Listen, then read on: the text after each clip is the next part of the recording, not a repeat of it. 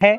वैसे धीरज पांडे की जो ये जुबानी है, उनके जो ये वाक्य हैं, ये नगर सेवक के खोखले डेवलपमेंट के दावों पर तमाचा मारते हैं। पिछले 30 साल से जो विकास कार्य नहीं हुए हैं और इस वार्ड के नगर सेवकों ने पिछले 30 साल में जो करोड़ों रुपए के नुकसान किए हैं, निधि का घोटाला किया है और वार्ड की जनता को कभी तवज्जो नहीं दिया। आने वाले समय में मेरा एक ही मिशन है कि अगर इस वार्ड से मैं चुन के आता तो पिछले 30 साल में जो नगर सेवकों ने काम नहीं किया वो धीरज पांडे 5 साल में करके दिखाएगा। ये उन नगर सेवकों के डेवलपमेंट के दावों पर तमाचा मारते हैं जो अपने ऑफिस में किसी को चाय पिलाते वक्त, किसी को नाश्ता खिलाते वक्त और किसी को 2 गिलास 3 गिलास पिलाते वक्त भी हमेशा कहते रहते हैं कि मैंने इस वार्ड में काम किया। राइटर किसी का रोड पे अगर फेरी का धंधा लगा है तो अन्य राजनीतिक दल के जो नेता है वो कंप्लेंट करके उनके धंधे नहीं चलने देते, उनका टेंशन। ऐसी बहुत सारी समस्या है। हफ्ता वसूली की टेंशन वार्ड के अंदर, पब्लिक थक चुकी है। ये सारी समस्याएं नगर सेवक उत्पन्न करते हैं। नगर सेवक का वार्ड है तो उत्पन्न कौन करेगा? उनके लोग ही करेंगे और कौन करेगा? फैक्ट है। रूप से मेरा सवाल ये है कि वार्ड 4 एक ऐसा अखाड़ा है जिसमें आप उतरे हैं और इस अखाड़े में मनुष्य नहीं है, इस अखाड़े में सांड और बैल हैं जिनका एक सिंग धन का है और दूसरा सिंग बल का है। नमस्कार दोस्तों, मैं हूँ राम और आप देख रहे हैं जनता समाचार। आज से कुछ दिनों पहले हमने आपको एक न्यूज़ साझा की थी जिसमें हमने दिखाया था कि कितने बड़े पैमाने पर तालाब रोड वार्ड क्रमांक 4 प्रभाग 4 से कितने ही लोग हमारी पार्टी में न्यूनतम प्रवेश किए और कितने लोग ऐसे थे जो पक्ष प्रवेश किए, जिसके हिराकत में आज यहाँ पे धीरज पांडे ने अन्य पार्टियों से उन कार्यकर्ताओं को जिनको वहाँ कोई समावेश नहीं मिल रहा था, उन कार्यकर्ताओं को जिनको वहाँ तवज्जो ही नहीं मिल रही थी, आज हमारी पार्टी के दामन के बाबूराव शिंदे के हाथों से उन सभी का यहाँ पे पक्ष प्रवेश करवाया है। यहाँ पर ये जो भीड़ आप मेरे पीछे देख सकते हैं, अधिकतर इनमें युवा हैं, वही युवा जो आगे चल करके इस वार्ड की और मीरा भाईंदर शहर की संरचना की जिम्मेदारी अपने हाथों में लेने वाले हैं। तो आइए हम बाबूराव शिंदे से जानते हैं और उनसे पूछते हैं कि इस तरह के लगातार पक्ष प्रवेश के बाद यहाँ के वार्ड के जो तथाकथित नगर सेठ और नगर सेवक हैं उनमें कितने वार्ड का कितने नंबर का झटका लग सकता है। बाबूराव शिंदे जी, जो मैंने अभी बोला है उसके प्रतिपक्ष में आप क्या जवाब देंगे? पहले तो प्रभाग क्रमांक 4 के सभी रहवासियों को, मीरा भाईंदर शहर के सभी रहवासियों को दीपावली की बहुत बहुत शुभकामनाएं। दूसरी बात यह है कि आज यहाँ पर युवाओं का पक्ष प्रवेश हुआ है हमारी पार्टी में और ये हमारी पार्टी के लिए और हमारे मीरा भाईंदर शहर के लिए ये बड़ा शुभ संकेत है कि आने वाले समय में इन्हीं युवाओं के हाथों पर मीरा भाईंदर की कमान रहेगी। इन्हीं युवाओं के दम पर मीरा भाईंदर शहर में विकास के काम होंगे। काम तो बहुत है। अभी जैसे कि प्रणीता ताई ने बताया था स्कूलों के बारे में, उसके बारे में मेरे अभी 4-6 वीडियो कल से शुरू हो जाएंगे। 1-2 दिन में लगातार रोज़ वीडियो आएंगे, आप देख सकते हो। क्योंकि वो मुद्दा ऐसा है कि अगर इस बार अगर महानगर पालिका गलती करती है तो उसका भुगतान आने वाली 10 पीढ़ियों को भुगतना पड़ेगा।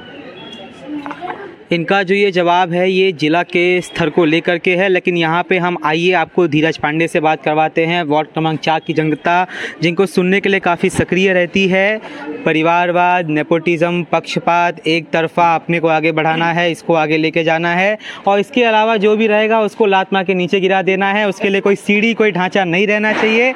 इन सारे तज्जोतहत, इन सारे जद्दोजहद से, इन सारे जो बहुत ही गंदा, बहुत ही संघर्षशील जुस्तजू है, इन सब से निकल कर आज आप इस एहतियाती पोजीशन पर पहुंचे हैं कि इतने सारे लोग, जब आपने ऑफिस खोला था हमने आपका न्यूज़ लिया था, हमें अभी भी याद है कि मुश्किल से 5 लोग ही होंगे, लेकिन आज यहाँ पे आपने लगभग 500 लोगों को बाबूराव शिंदे और अन्य लोगों के हाथों से यहाँ पे समावेश करवा लिया है। तो इस सफलता के आगे अब और क्या?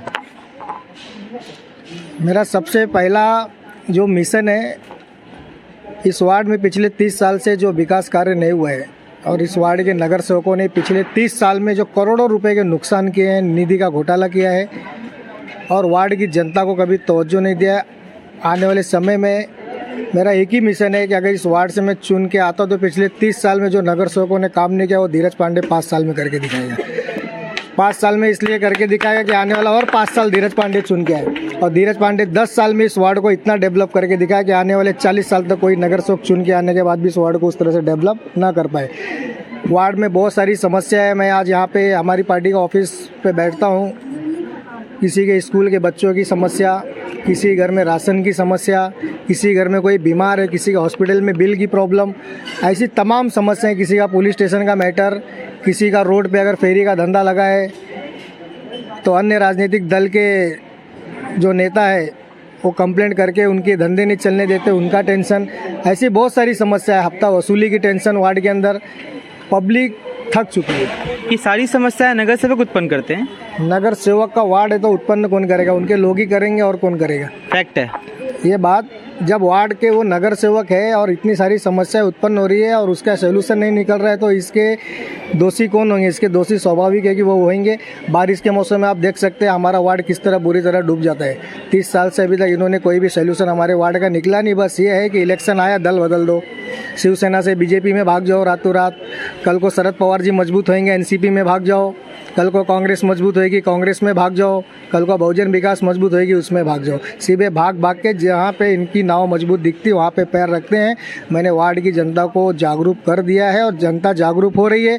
लोगों से अपील किया है कि जो ये लोकल इज़ वोकल इलेक्शन है, आपके लिए जो खड़ा है काम करता है आप उन्हें चुन के दीजिए। और मुझे पूर्ण विश्वास है कि आगामी 2023 के मीरा भाईंदर महानगर पालिका चुनाव में हमारी पार्टी चारों पैनल पे इस वार्ड से जीत के आ रही है।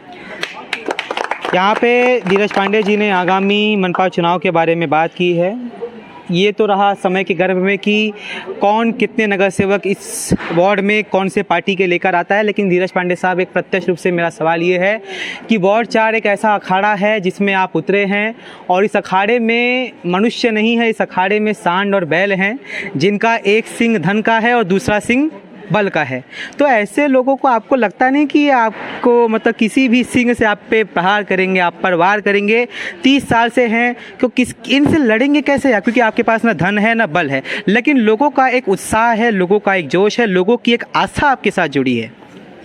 आज आप देखिए, मैं तो सीधा सा सिंपल उदाहरण आपको बता रहा हूँ। हमारी पार्टी के जनसंपर्क कार्यालय पे शिवसेना के आज यहाँ पे 30 से अधिक पार्टी कार्यकर्ता आज हमारी पार्टी का दामन थाम लिए, पार्टी से जुड़ चुके हैं, पार्टी में प्रवेश किए, खारी गांव के हैं। सबसे पहला उदाहरण ये।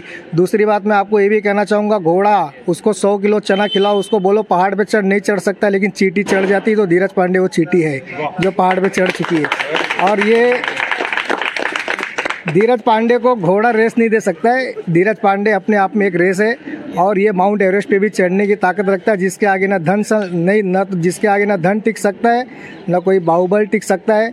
मेरे अंदर आत्मविश्वास है, हौसला है, और इस हौसले के साथ आज जो रिजल्ट मैं इस वार्ड में ला के दिखा रहा हूँ, स्वाभाविक है कि वार्ड के नगर सेवक ही नहीं, शिवसेना और भाजपा के सारे नेताओं के पसीने छूटे हैं, इसमें कोई दो राय नहीं है।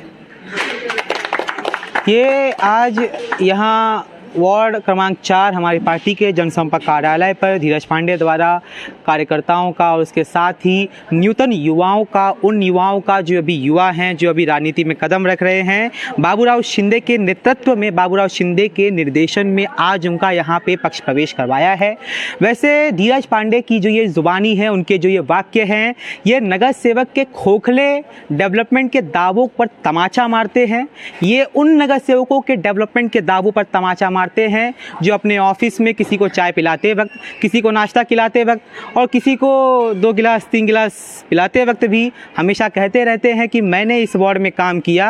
अब मैं जो मैं होता है, ये बकरी बोलती है, और इसके लिए है कि बकरे की अम्मा कब तक खैर मनाएगी। तो अब देखना ये है कि धीरज पांडे अब उन पर कैसा प्रहार करते हैं, ये तो आगे आने वाला वक्त बताएगा।